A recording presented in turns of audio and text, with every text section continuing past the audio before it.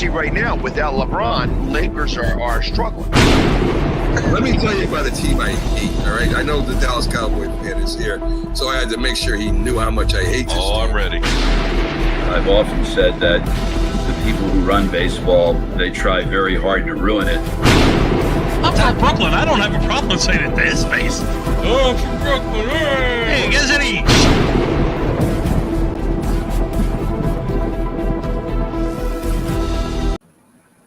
This is Northeast Streaming Sports.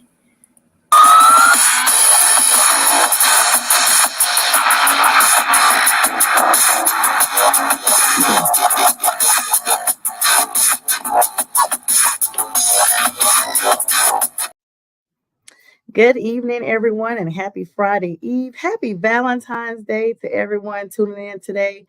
This is Prim and Proper Sports, and I'm your host, Sonja, coming to you once again with all the NFL, possible NBA news if we get to it, and MLB news across the sports arena. Tonight, I have the very special honor of once again welcoming back to the stage Big Mike, host and producer and extraordinary creator of The Man Cave. Hi, Mike. How are you tonight? I'm good.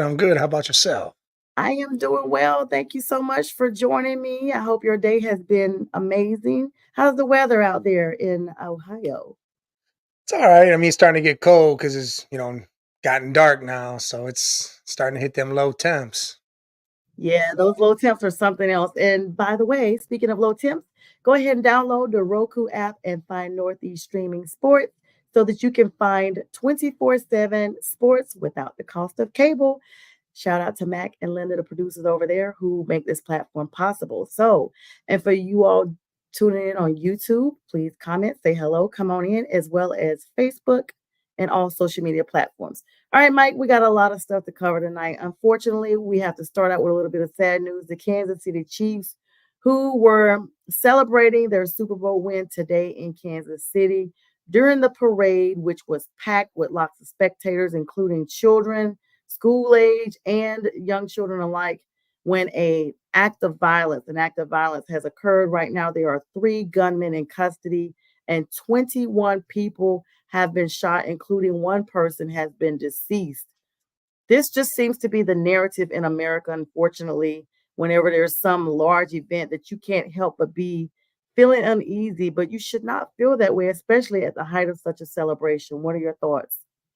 I agree. It's crazy to think that, sports brings everybody together and then things like this happen. So then it starts ruining it. It starts making it harder for us to be like, let's take our kids to celebrate this event. Let's do this. Let's all go do these things. And you have the tragedies that occur at these events now. I mean, I've always been hard pressed to believe like you win a championship. Why are you flipping cars over and burning down your city? Like I never understood that whatsoever. You're not mad, you won, you're happy. So why burn everything down? But stuff like this has got to stop. I get people have mental issues and problems, and that probably is a reason why some of these things happen. But we got to come together. I mean, sports brings us together. All races, nations, everybody comes together over sports. And it's a way to get away from all of this. And so to bring this, it's horrible. Now, there's a look in history. This is probably the largest shooting that has occurred. However, the Cavaliers, when they won their championship in 2016, one person was injured. But as recent as 2019, when the Toronto Raptors won their championship, unfortunately, 4 people were shot during that altercation. This specific incident apparently was a brawl that came on amongst some youngsters. They don't use fists anymore. And to have 3 gunmen, I seriously doubt that's a mental health thing. That sounds almost gang related or something to that, unfortunately. And I just feel like lawmakers or whoever, there's no law or anything out there that's really going to curtail this other than just good home training. Because if you really want to get a weapon, let's just face it, most of the time when crimes are occurring, they're not by law-abiding citizens that are getting these weapons legally. Exactly. Like it's going to happen no matter what. Can't just sit here and say, oh, got to take the guns away from everybody, do all those things. That's not going to change. Right. Like I said, you say drugs are illegal, but you can get drugs easier than anything. Just Than save away with aspirin, gun. right, right. That's true. And it's just one of those things.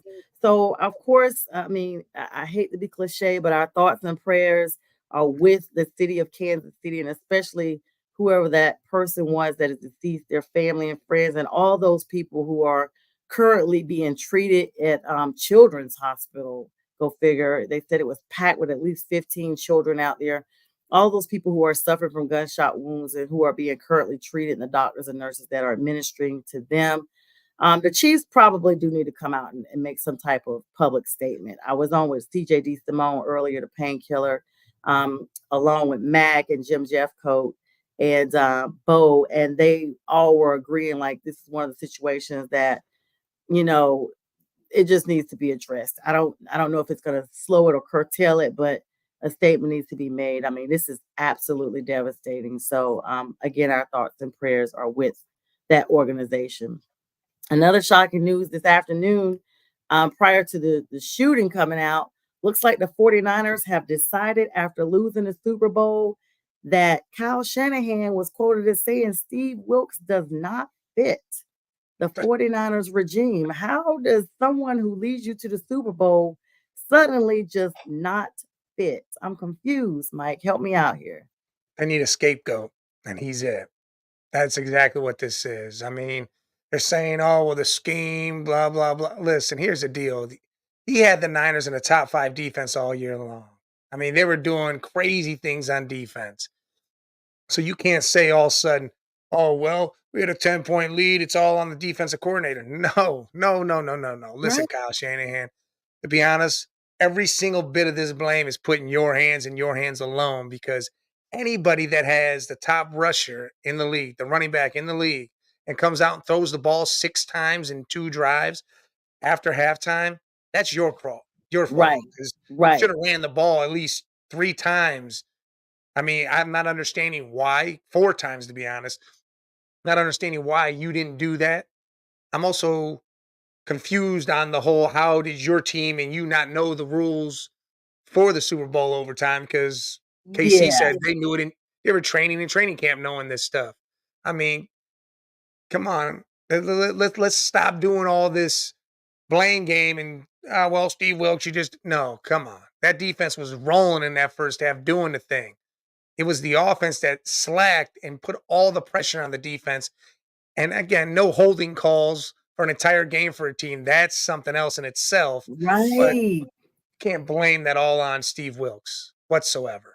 I think it's the Shanahan curse. You know, they kind of have him like since the time he was in Atlanta, got him to the Super Bowl, conveniently left the playbook at the airport when they played the Patriots. And then he basically knew he was bouncing out to San Francisco anyway. San Fran just seems to always have an issue. Last year, it was the fact that their quarterbacks were injured. We saw Christian McCaffrey out there making passes. Yeah. And now we look and suddenly Steve Wilkes does not fit. Like, I'm so confused. What about your OC? Like you said, it's an offensive thing and not knowing the rules. Speaking of those rules, the NFL is so complex at times. I remember not too long ago that the overtime rules were akin to sudden death. You go, everybody, gets the ball or whatever. If you make a field goal, the other team gets an opportunity to either tie it or beat you with a touchdown. Now it's like, even if you make that touchdown, the other team's got to get the ball. And then you got an opportunity to tie it. And then if that's the case, then it comes down to sudden death. Too many rules, too many different scenarios. Once again, another example of how the NFL has changed and started to literally take the enjoyment out of the game because of all the extra rules. What are your thoughts on that? Thing is, this rule should have been changed a long time ago. It should have been that rule a long time ago, because everybody was mad. All right, so if a team takes the ball and they go score a touchdown, that's it. That's the end of it. Their offense doesn't get the chance to rebuttal. There's none of that. You don't get that chance like in college. You start at the 30, score a touchdown or field goal. The other team gets a chance to come on there and score a touchdown or field goal. They don't, it's over. Or it continues. Well, I think this goes back to with Josh Allen. It was the coin flip. He lost the Mhm. coin toss. Pat Mahomes went down, scored a touchdown. Game over. That was it. It's crazy. It's And always something. that's what it is. It's they want football to be football, so they're going to give the other team a chance at it. And I get that. That's great. And I want that. I wanted that years ago. But again, it needs to be, I guess people need to be made known that it really went and it's getting enforced. And this is how they're doing it. Because, I mean, the ref said it. He said, look, it's like playing a new game, like we're starting a new game. First quarter. That's what this is. We're going to play 15 That's what he minutes. said. He said it's a new game. And I was like, what? Like, I just don't recall. Maybe because I hadn't seen the Super Bowl, go overtime. Is that the same for regular season too? Or is this just a Super Bowl thing? Yeah, the regular season now, if you get a chance. So but the Everybody just Super gets a Bowl, chance. it's so rare to see. Like it happened with the Patriots Falcons. Yes. That went to overtime, but that was the rule back then. It was score, and that was the end of that. And Super Bowls really don't go into overtime, so you just don't ever see it a lot. And it's more it's a bigger game, so you're paying attention more. As of Definitely in more. the regular season, you're not. That's true. That's true. And Karen Belk, hi Karen. She says absolutely not Steve Wilkes' fault. He had the defense playing strong till the end, and he did. Steve Wilkes has gotten a bad vibe and gotten a bad hand of cards, I should say, in my opinion. He's with Carolina for a short stint, was doing well, was getting us some good wins, and then suddenly now, he's gone. Then let's back it up. Arizona, when he was with Arizona, no one's giving him a full contract to prove himself. And so, unfortunately, you have situations like this one. But to me, you are, for all intents and purposes, the Super Bowl runner-up. Really? You're going to be fired? I'm confused. Like, that defense looked better than they had looked in a long time. To go toe-to-toe with Patrick Mahomes and to keep him kind of closed off and to be able to cover Pacheco and also do double coverage on Kelsey to the point that Kelsey didn't even receive but one catch the whole first quarter, and it was for 1 yard because it was almost like Mahomes knew the coverage was so good not to even target Kelsey. And now the defense is not what the 49ers are looking for. I'm so confused. And it's Steve Wilkes is what they call a fall guy. Everywhere he goes, they bring him in just to be able to fire him to say he was the reason why they didn't win, so they don't have to worry about getting rid of the head coach, don't have to worry about doing this or that. They make him the fall guy. And it sucks for him because, I mean, he's been in Cleveland. He's been everywhere. But he's never had that fair shake like you're saying. He gets a year and then, all right, get out of here. We got something better coming in. They don't ever allow him to grow and have his own thing before they're getting rid of him. And the sad thing is he's from the Charlotte area. So he would have been a great fit, in Carolina. The fans still miss him. And in fact, when stuff happens, they're like, yep, because of how Carolina did him, it's just bad karma at this point. Yeah, I don't know. It's just like, man, it's just so much. It's so much. And it's just hard to fathom. I guess one time he's just gonna need to just go off on somebody. Maybe they'll take him seriously then because he looks like he could do that. Well, yeah, and he's very quiet. That's another thing. He doesn't get loud. He's not that typical D coordinator that's yelling and screaming on the sideline. Right. I think that's the difference because he doesn't get like that. Right. That's why they put him in the box halfway through the season and then brought him back down. But Yeah. he doesn't. And he's not a vibrant person. We never even saw him. We never even saw him for the most of it. And speaking of yelling and screaming, we saw Travis Kelce literally curse out Andy Reid on the sideline. Now, Andy Reid, who is a seasoned vet in the league, he's not only seasoned because of his experience, but he's like 71, 72 years old. And Travis Kelce was unrestrained to the point that one of his teammates had to pull him back. Andy never saw it coming. You literally could have caused serious injury to him, just how close he was up on him. If that had been Dan Campbell, I think Dan Campbell would have grabbed him by the neck and got him together. What are your thoughts on how Travis, behaved? I mean, yeah, he's come out and apologized or whatever, said he was caught up in the moment. But to disrespect your coach on a public platform like that is unacceptable. Listen, he did. He touched him. He bumped right into him and almost pushed him over. That's the whole point here is let's take it back some years. Everybody remembers a man named T.O., correct? Yes. We all see him, his escapades, screaming, yelling, dogging coaches on the sideline, throwing shit everywhere. All of media got in T.O.'s ass Mhm. over it, right up in it. Why'd this man do this? Well, look at him. He's acting a fool on the sideline, yelling at coaches, disrespecting everybody. Travis Kelsey does it. Everybody's like, oh, well, you just in the passion, just that. Are you Yep. kidding me? How are you Right. going to do that? How are you going to act like one is different than the other? Right. And It's then not. T.O.'s on Ayala Fix My Life, not crying and going on. He was a few years. Well, yeah, he was boo-hooing my You know, quarterback, but still, how are you gonna yes. sit there and say Kelsey and what he did? And this wasn't just a primetime game. This was everybody and their mom was watching. Even if they don't like football, they watching this game. That's the And hi, Miss problem. And then Miriam. he acted that Yes. way, and it's inexcusable. I don't care, heat of the moment or not. Yeah, she's right. It's very sad. And hi, Miss Miriam. Thank you for tuning in. Good to see you. And Karen also says it's a sad day in Kansas City. And I don't know. Do you think Steve Wilkes finds a spot? Someone's gonna bring him in again. He's that fall guy. Someone's gonna bring him in, play DC, do that. Someone that needs him or someone that's just building a team up or whatever. And then eventually, when they find the guy they really want, they'll fire him after the year or two, and then that'll be that. And it sucks that it's like that with him, but it seems to be that's the trend, and he's that one guy that does it. It's just so sad because, of course, the league across the border is full of talent everywhere. But then you just seem like you kind of see the subpar coaches that just continue to stay on. I mean, look at like how Sailor is up in New York, with the Jets. This is probably going to be his last year. They kept extending Mike McCarthy. They give a little more grace to the head coach.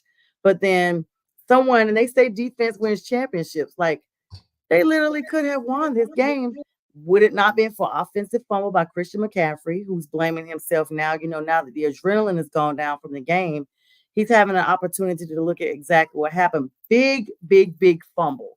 Almost, Oh yeah. to the point of scoring, and then you fumble that close into the goal. That was just pitiful. But then you look at Ray McLeod, who also had a pivotal turnover. So I think it's not one specific turnover, but it's the collection of turnovers and poor ball management by the 49ers, which is all offensive, which Mhm. cost them where they were now. But they said that, they received the ball first because they were trying to allow their defense to rest. They said their defense was tired. So they were banking on, being able to pull up on and stop Kansas from scoring in overtime. But unfortunately, that defense has spent so much time on the field the entire game that's the reason why they were worn down. And let's be clear, the only real touchdown that was scored by Christian McCaffrey was really supposed to be called back because there was a center down that was ineligible and they did not catch it. So that touchdown that Christian McCaffrey made, should have been called back. Well, yeah, that you could have said that. I mean, you could have say some of KC's plays could be called back as a holding. I mean, but again, there's stuff that sneaks by and everything. But my whole thing, their reasoning for saying they wanted the ball first was to give the defense rest, right? Okay, I understand that to a point. My thing is you expected your defense to stop Pat Mahomes having 4 downs. Yeah. See, when you get the ball second, you have 4 downs to get your first down Yeah. because you're going for everything, especially if the other team scored. You're not stopping. And if your team hasn't stopped them for an entire half, I'm sure in hell not doing that. I'm putting them out there first because I want to know what I have to go do. Yeah. Because if Pat Mahomes is going to go score a touchdown, cool. I have 4 downs every down, going down to do it. They milked it down to 7 seconds. And I just knew because they got that 4th and 1. And I was like, okay, they're technically in field goal range. They could just go ahead and kick it and tie the game. They were not doing that. They pulled a Dan Campbell where they were like, we're going to end the game right here. And they went all or nothing, passed it to Hargrove, who is a former Jet, and got it done. Like, I'm telling you, it happened so fast and so smooth that I literally was sitting there like, where's the next play? Not even realizing that it was game over. You know what's crazy is Hardman was a Kansas City Chief the year before. I wondered He about got that. released, went to the Jets this year, and then the Jets released him, and he signed back with KC. And the KC tried to get Enemy, and Washington blocked them from interviewing him to come and work with them when they were going, to the playoffs. And then Washington ended up releasing Enemy, so now Enemy is jobless. But the word was he was at least still having conversations with the offense and all the coordinators and stuff like that in Kansas City, and it shows. I guess he may have a job back with them after all, but Oh, yeah. I mean, they came into this game where the 49ers were favorites. It started out 2.5 points, but by game time, it was down to 1 point. I don't even know how that was supposed to be possible. But they always say you don't bet against Mahomes. But honestly, the way the 49ers played at first, they really could have won this game. Oh, 100%. 100%. Again, to me, if I say the real turning point of the game is those first 2 drives after halftime where they just didn't run the ball. That's when they lost. That's when they decided to lose this game. Yeah, and Karen says there's not many NFL coaching spots left. Nope, there are not. Maybe Steve would go to college level, just a thought. See, and that's the thing. You got people like Bill Belichick, the great, who is still jobless at the moment. You have Bill O'Brien, who went to Ohio State as a coordinator, but then just left, not even a month in, to go head coach at Boston College. So perhaps maybe Steve could go to Ohio State, but I just really hate that because it's so hard to go from a coordinator perspective to college if you're not actually head coaching. What are your thoughts on that? Well, Bill O'Brien did leave, right? Went to Boston College. He was going to be the offensive coordinator at Ohio State. Right. Left and went to Boston College. He's Chip the Kelly coach. left a head coaching job at UCLA and is now the offensive coordinator for Ohio State. So Ohio State's covered. Oh, they're sold up then. They're good to go. But Yeah. Wilkes, I mean, he could go down there and be a coordinator, and it'd be a different game because, again, it's younger kids. It's a different atmosphere, but it could possibly be that way. And yeah, Bill Belichick doesn't have a job, but I feel like that's coming. That's next year's thing. He's still around. It'll be next year's move. Just like Vrabel. Vrabel doesn't have a job either. And you know what they said? Because they were intimidated by his size, is what their Yes, I excuse saw was. that because his What? physique. I was like, this dude looks like Fred Flintstone. What are you talking about? That- But they say he's very commandeering, like just his host. And I mean, I didn't see it. I've seen him in person at a Titans game, and I was pretty close in. But I guess, maybe the locker room theatrics are a little different, and I mean, maybe it's just Have kind they of like seen Dan Campbell? That dude's big right. too, played in the league too, and he's Yes. very, very aggressive. Yes. Yes. Even like Mike Zimmer, who is now hired in Dallas as their defensive coordinator, the former Vikings coach who actually finished in the top 3 of the Vikings. His last year was 2021, Mike Zimmer. And now he's the defensive coordinator. He and Rex Ryan were competing for that spot in Dallas. Rex, according to Adam Schefter, was basically going to be the sure win, and he had to back it up on the Pat McAfee show because Rex did not get the position. He's still going to be an analyst coming up this next football season. And so you look at stuff like that and you realize that even though it looks like there's a coaching carousel, those positions really are not that open like we think. We got to wait on Mike McCarthy to see what he proves with him being a lame duck this upcoming year. We got to look at Robert Saleh up in New York, those teams. We even have to look at Philadelphia. We have to look to see those teams who their coaches are on thin ice to see where Belichick moves in. He already has a good relationship up there with the Giants franchise. So it's not, shocking to see him there. It's also not shocking to see if Steve Wilkes perhaps lands a position somewhere else. I don't think he would be a head coach because he really has not proven head coach tendencies, but at a minimum as a defensive coordinator. What are your thoughts on that? I agree. He will be a defensive coordinator somewhere. And the whole thing with Belichick and the weight game, McCarthy, the reason why Jerry Jones did that is because, in the NFL, when you hire a coach, their contract's guaranteed, whether you let them go 5 games in or they do their whole contract, you got to pay them. So he wasn't gonna if he wasn't gonna get the guy he wanted, he wasn't gonna get rid of McCarthy. He was just gonna run that through him and Dak, and then at the end of that, they're gone if they don't do what they need to do. The Philly situation, I truly believe this is it. If Sirianni doesn't make it happen, he's gone, and I think that's the perfect, 100% perfect spot for Belichick to go to.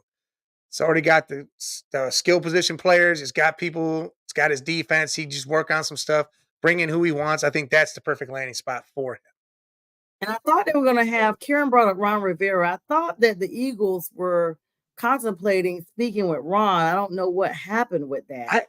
You know what's crazy is I thought he went to Dallas. That was in my mind. I heard that he had went to DC there, but you said Zimmer, so I'm like, all right, well maybe Zimmer. Yeah, Zimmer.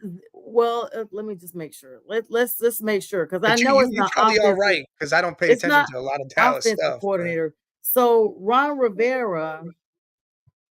Yeah, no, he doesn't have a job right now. So see, I thought he went somewhere because I thought he switched spots with Dan Quinn because I was laughing at that if that's what happened. Like well, them dudes literally switched. Yeah, and that'd be crazy. I had thought that too, but they did interview him, but it did not pan out. I do know he didn't go there. I know Philadelphia was supposed to be speaking with him. And I also know that Frank Wright, who was the original, like the first of the fireys from Black Monday, like he made it Gray Monday before Black Monday even started because David Tepper got him out of Carolina so quick. He was actually up there consulting with Sirianni and them trying to basically, I don't know what he was doing, honestly. He didn't get a job, but they apparently there's history with Frank Wright previously being in Philadelphia, and I was not aware of that. But you have all these coordinators that are out there looking for jobs, coaches looking for jobs. I really feel like McCarthy's going to be out before he even finishes the season next year. If they start losing 3 and 4 in a row, Jerry Jones is going to come on down there and get him up out of there, and then move probably Belichick or even Vrabel to there. Listen, here's the deal. Dak Prescott is the light-skinned Tony Romo, so them having a bad regular season is probably not going to happen. So they're going to probably hold off, and it'd be the whole year because the red tape with Dak is so ridiculous that he couldn't trade him or do anything with him if he wanted to. So he's probably going to keep that. That McCarthy will probably be there until they lose in the first round of the playoffs again, and then that's that. They're gone. They have turned this whole coaching carousel. It's a young man's game now. If you see, all the old heads are out. Gone. Belichick, Pete Carroll, Ron Riviera. Vrabel's not really an old head, but he's an older head. Like, he's right below them guys out. Like all these old guys are out of it now. It's bringing all these young dudes in, and you see the Titans brought in the young Brian Callahan. He's in. Young guys going to Seattle. I mean, got all these young bucks now. They're not about the old stuff. So I don't know. We'll see. We'll see how it all works out. But again, I think Belichick will get one more run, and it'll be in Philly once they have that collective of whatever the hell they got going on over there, because they brought in every different piece or old head piece that they could find to help Sirianni. But I think that's where it all actually happens. Yeah, their recruitment was big. I'm not sure if you know or not, but the Seahawks, they said they released Pete Carroll due to a non-coaching issue. So apparently their owner has passed away, and in his will, he wanted the team sold by 2025. So basically, they have Pete Carroll as an analyst right now with the organization. That's why you don't see him out there shopping around for anywhere. He's just chillaxing and spending the coins that he's earned with this franchise. And so he may not even be in the topic of conversation as to, getting another job or whatever. But like you said, all but for their winning records, Belichick, like you're over 70, you just need to be somewhere chillaxing, spending that money. It's even if he gets a head coaching job, it's not going to be another Tom Brady dynasty. I do not see that because at the end of the day, I don't think it was the Belichick way like a lot of people thought. I think it was the Brady way, and those two learned off of each other. And Tom took what he learned from Belichick and made it in Tampa Bay and got what he needed to get and then left. Because we saw Belichick struggle with even bringing in the likes of Cam Newton. He had Jones up there. We've seen him with a plethora of quarterbacks up there, and none of them, even Stidham, when they got them out of Auburn, and we never saw anyone make the run that Tom Brady did.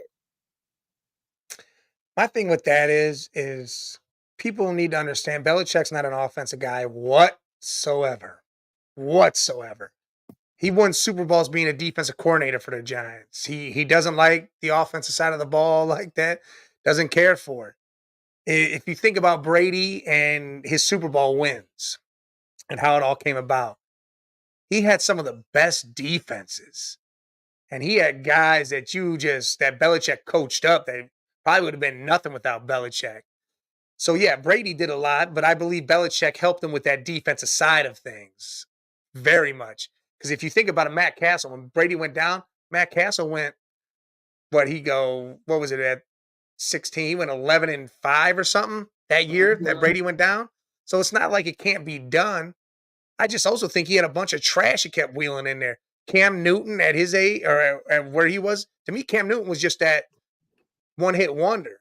He could do it Right. all, did everything he could 2015, and then you're old news, you're done. That's it. Mac Jones, every Alabama quarterback is trash. I mean, Tua's gotten lucky, but he gets one more hit and he's done forever because he'll never play again. But every Alabama quarterback has been trash. Like, they're not good guys. And I think he needed to have an offensive mindset as his coordinator. Like, that dude needed to be there to deal with all that. And he kept bringing in his sons or trying to rile up these other guys. I mean, it just wasn't ever Everybody. going to work. Everybody. He was trying to reinvent the wheel, as they say, and it Yeah. just was not happening at all. And so, we see that, and it's just different. It's literally just different across the board. All right. So, your thoughts on the Super Bowl, other than, like, did you expect Patrick Mahomes to win this game? Did you expect that? No, I called the Niners and the under. The under happened, but I mean, the Niners had it up until 9 seconds left. But Yeah. you can't Li- ever count. You can't ever count Patty Mahomes out. I mean, the dude's amazing. Kermit the Frog can do all sorts of things. It was the greatest Muppet show on earth. Funny, We I watched it happen right say the there. same thing. I always say that he looks like Kermit, and he sounds like him. Yeah, we got out Hey, there, he we did what we sounds had to like Kermit, looks like Darlene from Roseanne. do. It's Yes, he it's what it does. is, but he He can do it. It does. literally was the greatest Muppet show on earth. You had Fozzie the Bear, which was, Kelsey. You had the chef that you can't understand, which is Andy Reid, and then you had the one pink Muppet with the blonde hair and the big lips, which is Taylor Swift up in the stands. I mean, you literally had You got it down, Pat. Right? Yes, yes. And you're right. And the Taylor Swift effect, I guess, in the end, maybe it worked. the NFL's going to get what they want, and if you look at it, I'm still mystified how the Ravens took the playbook that got them all the wins and all the way where they were at and Yep. threw it out and brought in something Yes, new. yes. Yes. And hi, Kevin Oliver Sr. Thank you for tuning in. And yes, a one-hit wonder. Yeah, right. How I about guess, Cam Newton? Well, listen, Cam didn't do yeah. anything except for that 1 year. I mean, he had some But good seasons, but that team didn't go nowhere except for that 1 year. I but mean, you know why? Because they're doing exactly what's about to happen with the 49ers. So, and we're going to get to that in a minute. This is a great point to pivot into. Teams that go that well, everybody's going to do what? Start asking for more money. Once everybody on the team is like, oh, nah, we played and we got into the Super Bowl. Even if you don't win, you now feel like you are worth way more than what you've been paying.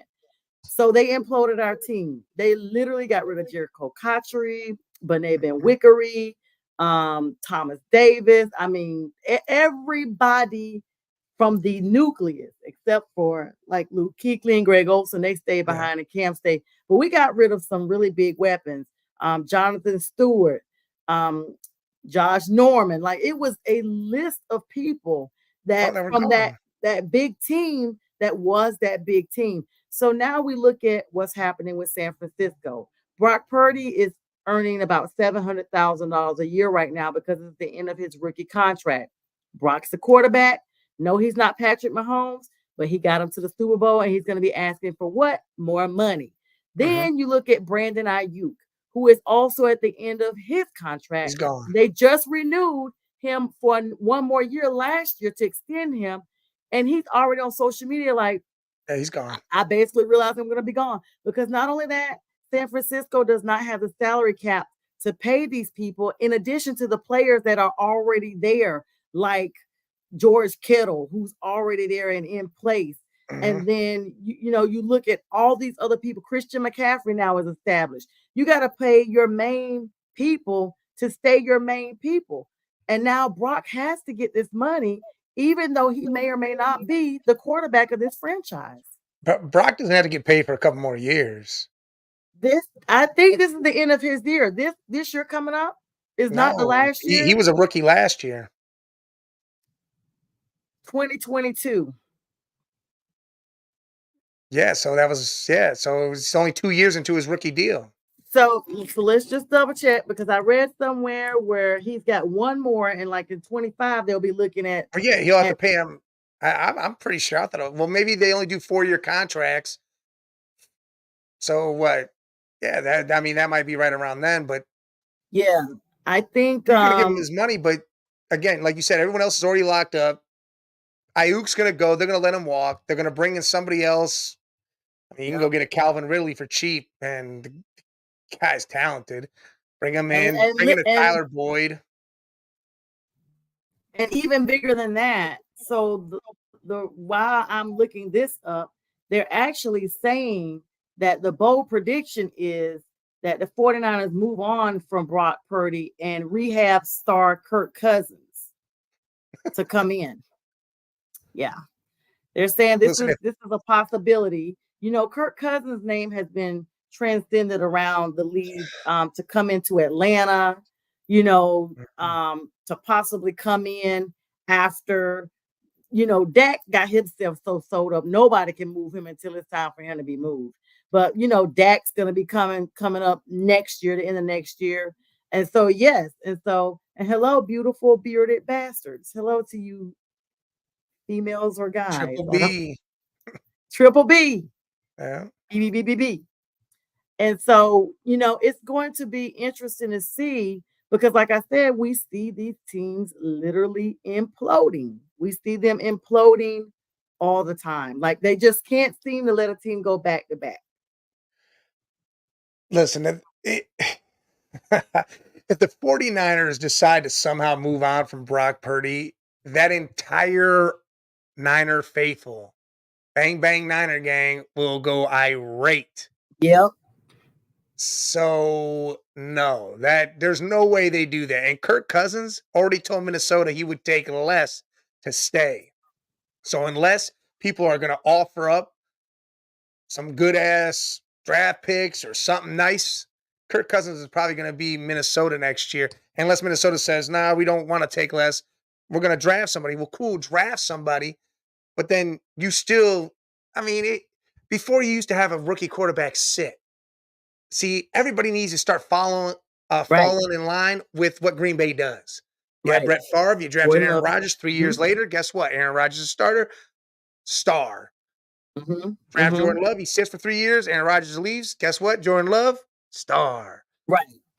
Don't just throw these rookies right up in there. So Kirk Cousins, if I'm Minnesota, I bring him in on a couple-year contract. He says he'll take less. Give him less. If you want to draft a quarterback, cool. He sits for those couple years. Star. And I said that even in Carolina with Bryce Young, and Panthers fans just disagreed with me. They were like, no, if you basically, bench a rookie quarterback and you sold the farm for him or whatever, then it messes with their confidence. I'm like, but how would they not know the game? They're not going to know the game coming from college. It's a different animal. So you want them to come in and already know the system? That's crazy. And especially with an O-line like ours, you're going to get them hurt. Here's the problem. Again, where'd Bryce come from? Alabama. Come on, that's a Saban thing out there. And plus, every quarterback from Alabama has done nothing in this league. Absolutely nothing. Tua has a superpower team over there with the fastest wide receivers, and that's why he's doing something. He has running backs that can do things. Different story there.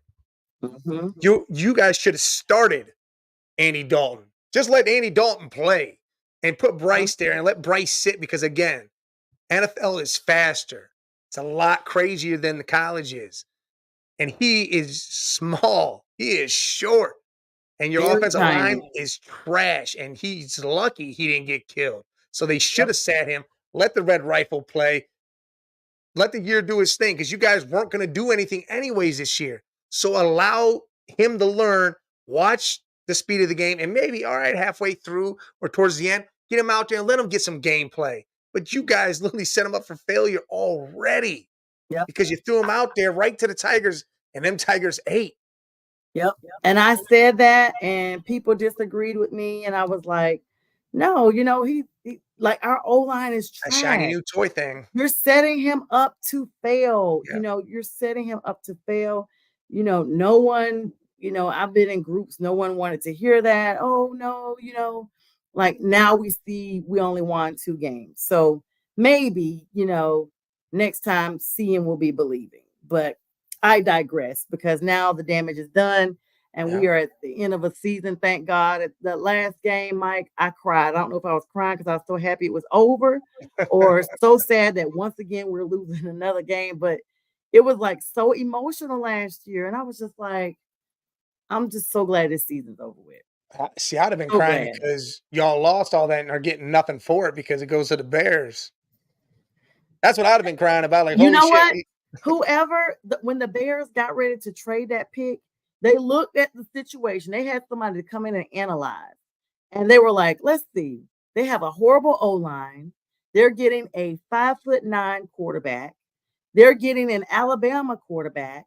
They don't have Christian McCaffrey anymore. They're giving us DJ Moore. They were like, oh, you know what? We're going to get this pick right on back. Go ahead and give it to them. Yeah. And that's what they did because this year's draft class for quarterbacks is going to be insatiable. You got Jaden Daniels, Caleb Williams. I mean, people are not sold on JJ McCarthy, but he's there. You got Michael Penix Jr. You got Oduzet. You got a lot of people that are, at least a good 7-8 people that should last through the first round that everybody should feel like they got a top pick, when a draft comes around. So I don't know what's the Browns going to be doing. What you guys looking at for a draft? Well, we don't have a pick until the 3rd. So in reality, we're going to be looking to add some speed to the wide receiver room. We're going to linebacker and probably just plug and play some different positions. We don't have a lot of work we need to do. I mean, if we're healthy, we're good to go all around. I really think in free agency, we're going to try to move some money around, pick up a wide receiver 2, maybe grab a linebacker in free agency and put them in there and see what happens.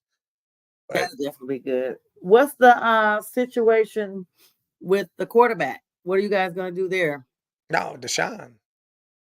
So I read somewhere. So are you guys going to just Flacco's done? That was it for him? If I'm the guy saying yes, I'm saying he's done because I don't want Flacco on the team. And then every time Deshaun throws an interception or if we lose a game, you hear the chants from the crowd, the city's, oh, put Flacco in. You don't want Deshaun looking over his shoulder every second of every game that if he does something wrong, everybody's chanting the other way. You don't want that. Yep. And that's what I read, that it will be a quarterback issue in the locker room. If you got half the team that wants Deshaun and half that's still loyal to Flacco. But Flacco looked good until he didn't. He showed us, the reason why he's in retirement. But, Karen has a good point here. She said Brock Purdy's last cheap year is this coming year. So it can't be extended before the end of 2024. That's what I was saying. In 2025, I thought that's when they were saying his year is up. So is that what you're saying, Karen? But yeah, that's what I'm saying. Like, they didn't have to worry about spending money now. Like, they don't have to spend money right now on him. I got you. Okay. And then she's also said that Drake May's projected to be 3rd pick in the North draft. Carolina's quarterback. Yep. I forgot about Mays. If people are smart, I'm not drafting Caleb Williams anyways. That dude is a prima donna. The dude cries if he loses. He's the one that gets his nails painted, and hugs his dog and stuff. I'm cool on that type. He's got an amazing talent. Has his nails painted black? Yeah. But he needs a coach like Dan Campbell that's going to make him a man because this dude is something else. And I don't think the Bears draft him. If the Bears draft him, they screwing a lot of things up for themselves. I think I'm trading that pick. Whoever wants Caleb Williams and wants to move up a couple spots, do that. Draft Marvin Harrison. Draft the O tackle from Penn State with our 9th pick that we got. and get weapons and an offensive line set up and let Fields have a run at this thing. Yeah, the word was they may try to go after Cousins if Minnesota doesn't keep him and get rid of Fields. And just Still, when Fields is starting to come into being okay, because for a couple of years, Fields was like he didn't want to be there.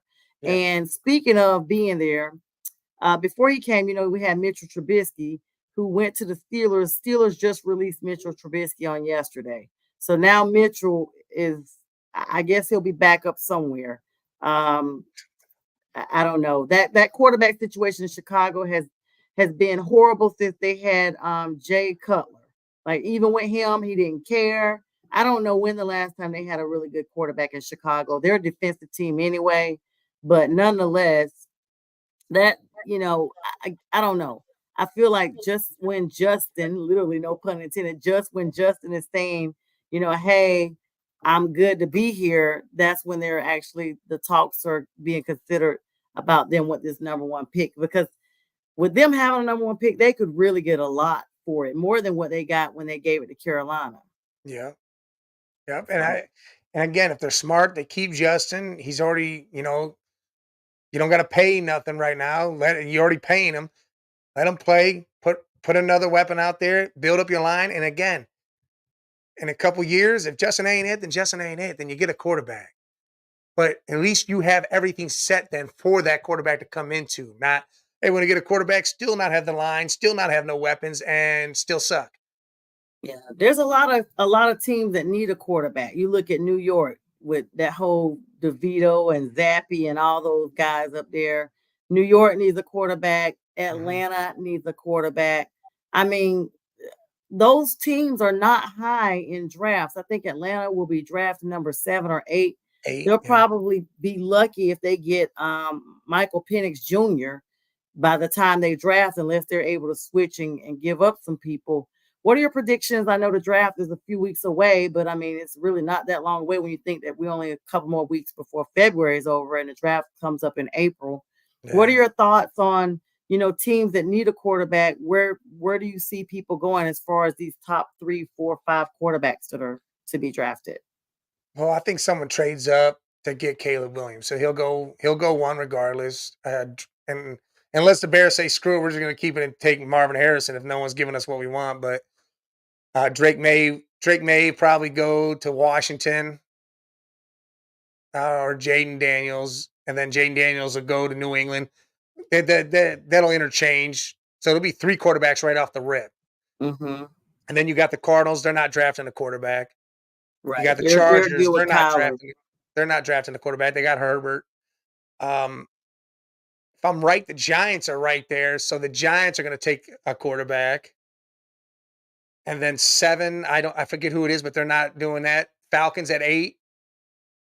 So I mean, there's going to be at Quarterback. least 5 quarterbacks gone in the top 5. It's funny, real quick, that you mentioned the Chargers would not be taking a Hmm. quarterback because now they have Harbaugh there. Hmm. But there was a rumor out that they still, even though with Justin Herbert, they still were thinking about taking JJ McCarthy because he's familiar with Harbaugh's way of coaching at Michigan. And he could bring him in, have him kind of shadow Justin Herbert as a good backup. And then maybe, once Justin kind of gets ready to move on, he could bring him in. What are your thoughts on that? I think that's stupid as hell. I seen it. I seen it on 2 Listen, different things. I I was like, saw that what are rumor, you but the thing is, talking if they can about? go back a little further, Harbaugh loves Justin Herbert. Absolutely Mhm. loves this dude. That Yep, is one of the main reasons he said, "I yep. want to go coach the And Chargers." he used to be a Charger. Yes, but he loves Justin Herbert.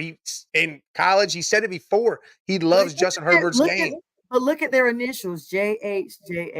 Yeah, They got the same initials. and he's not going to do that. He said JJ be picked early, and JJ he'll probably get picked in the top 10. Who knows? If somebody really does their draft study, they may grab him and say, "Hey, we like him over this guy." So that might be a shock. He might be one of the guys that's highly drafted. He could go to Atlanta instead of Penix because Yeah. people are saying Penix after that performance dropped down a couple of rounds, which He dropped out. The injuries showed up. They found out, he's basically been injured in every quadrant of his body, both shoulders, knees. yeah, Like that's gonna make his stock go down. And he has to go to the combine too. We still don't know what his combine numbers are gonna look like when that's coming up right around the corner. So See, the combine's a big thing, but I think it's just more people just going out there and watching people do things. It's not huge to me. I'd rather see somebody you play. That's know, what's this huge to me. well, you remember Colin Kaepernick, it came out during the combine that he had foot surgery that he didn't reveal earlier. Mhm. Um, I think he slipped and fell at Candlestick Park or something to that effect, and that's when it all came back out. But they talked about that was something that they didn't realize during the combine. So, Dan Patrick's always out there running, showing that he can still do the 40-yard dash Oh, or you whatever mean Rich dash. Eisen? Yeah. Yeah, Rich Eisen. Yeah, I'm always Yeah. mixing him and Dan Patrick up. Rich Eisen. And so you look at that, you got to look and see that this is their way of, yeah, they're out there in shorts and t-shirts, probably no shirts on or whatever. But this is still their way of showing their speed, their agility, and their wherewithal to be able to acclimate and come into the NFL, don't you think? It is, but a lot of big names don't even do the combine. They pass on it and do their stuff at their own school. They I do wonder all the what same high things at the school. combine, but they'll do it at their own school, like Josh Allen did. Right. Um, a bunch of them did. A bunch of players did that because they want their own guys to throw the ball to, select what they're doing, do all this stuff instead of, hey, I'm going to come there and then that's it. They do their own pro day and they forego the combine, It's and it crazy doesn't because if hurt you do them. the combine, seems like it could be a neutral party that would see that, but I guess I see what you're saying. But I mean, yeah, they do that. I mean, it doesn't hurt them. I maybe a little bit, but to me, it's still the same thing. Whether you can do it with that guy or this guy, they're looking at your strength, your placement, your ball placement, your accuracy, your footwork. So I mean, it's all in the same, I believe. It's all the same, and we're gonna definitely be staying tuned on that. So switching gears a little bit, Mike. NBA, we got the All-Star game coming up this weekend. Mhm. Big news there. Now I know you are a Cavs fan. Yep. What do y'all have anybody playing in the All-Star game? I can't Yeah, recall. Donovan Mitchell's playing in it. Donovan Mitchell. Okay, so that's going to be a big thing coming up. As far as the divisions right now, where they are headed, right before we came on, the Atlanta Hawks were playing the Charlotte Hornets, and the Hornets were up. I have not checked the score, but looks like Klay Thompson will not be leaving Golden State. Um, Kyle Lowry, who was with the Hornets for a brief stint, I Hornets got won. excited about him. Yay, Hornets. And so they have released him. It looks like the 76ers have already picked him up. Yep. That's crazy because Embiid is out, and Embiid is out for at least 65 games with this knee surgery, not replacement. And so, what are your thoughts on that? We're about to hit the pivotal point where people are making this push for the playoffs. I mean, it's a good move. They needed some veteran leadership for that point guard. I mean, someone to come off the bench and command the team when Maxi's out and stuff. So I mean, it was bound to happen. Plus, that's where he's from. He's from Philly. So I figured, hey, that's what's going to happen. I knew the buyout was coming. Again, that was just a money thing. You take him, you release him, you free up some money. I knew that was going to go down. And I mean, again, it was good. It was good that it happened. Yeah, I thought we were gonna at least get some. Someone has said that we might use him to get like three other players, but I guess it's nothing like freeing up money because at the end of Yeah. the day, that's what it all comes down to. Now, we've seen, I don't know, looks like Draymond Green is going to continue to be with the Warriors. Now, speaking of Warrior news, Steph's brother Seth is now a Charlotte Hornet as well. He took the court for the first time this week, and I saw him out there tonight doing big things in Charlotte, joining LaMelo Ball.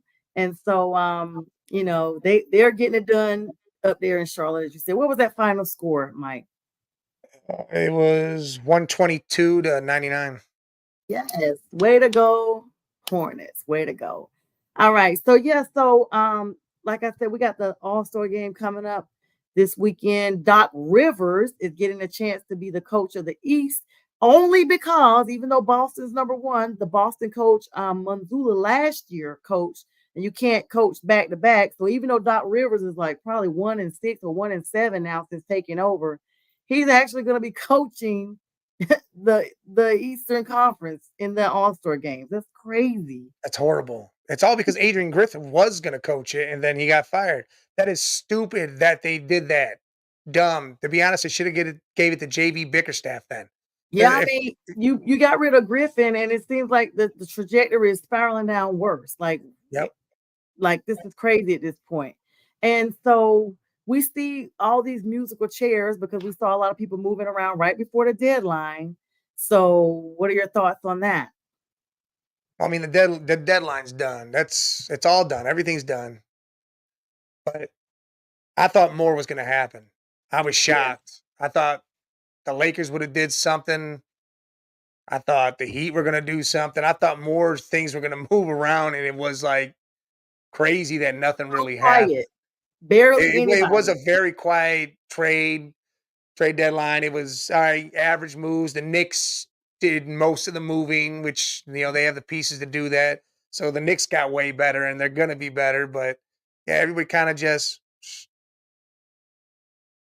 Yeah, the word was out just as a rumor mill that Trey Young may have been going to the Spurs to join Wemby, but clearly that didn't happen. yeah. But it's speculated at a minimum maybe next year that his time with Atlanta, if they don't start doing something pretty soon, that his Mhm. time may be coming to an end with that franchise. So, like you said, a very quiet, like no, like nothing Yeah, really dramatic. I was shocked that the Warriors were not imploded more because of everything we've seen with them. I always say the Splash Brothers are more like just a tiny puddle now. It's no splash anymore. yeah. And I really think a lot of that, to be honest, Mike, is not necessarily that they're not physically able to win games. I think it's because of the drama that has gone on with Draymond that has infiltrated that locker room, including his own behavior towards his teammates, including Jordan Poole. And I think that he is like the cancer to that team. And Mhm. and I've seen like people even blog like, why do they even hold on to this guy? He's horrible. Well, he won't be on that team next year. I don't think Klay Thompson will be either. I think a lot of things will change in the offseason. Yeah, because they're going to need to free up some money. Because I mean, that owner was over the tax limit like for years to keep that team together, and now it's starting to go downhill. You're going to free it up. I mean, Draymond's going to go, Clay's going to go. You're going to get what you can and build around Steph again. Because Steph will be the one that stays, and you'll try to build up again. But yeah, that team is definitely going to be done in the offseason. And what do you think? Do you think LeBron gets any help in the offseason? I mean, we know LeBron is kind of going into the twilight of his career. He's been trying to hang in there to play with his son. Mhm. Bronny had some health issues earlier in the season, but he's been cleared to come back. And LeBron just wants to play with his son. But LeBron is getting up there, and we're seeing LeBron, in a lesser space than we've seen him, which is the natural progression of things. What are your thoughts on that? I think he's gonna play. He'll be there until Bryce comes in there, to be honest. It'll be he's gonna wait for the younger son. He already said once he hits like 40,000 points, he's gonna shoot with only his left hand and 5,000 more points. So Oh, he's already wow. stated he's gonna be around, and teams are gonna start gearing up because Bronny's probably not coming out this year Right. because he had a lackluster season due to the health reasons. So Bronny will probably stay again. I'm pretty sure. And then Bryce will end up in college with him, and they'll both maybe they come out together. I don't know how it'll work, That's but crazy. teams are going to start gearing up to try to get Bronny because they know once whoever gets Bronny gets LeBron is Yes, how they're going to look at it because LeBron will yes, go and take whatever rate cut, do whatever, and go there just to play with his son. right. And So I'm just wondering though, like how that could not be the Lakers. Would the Lakers not be that organization that steps up to make that happen?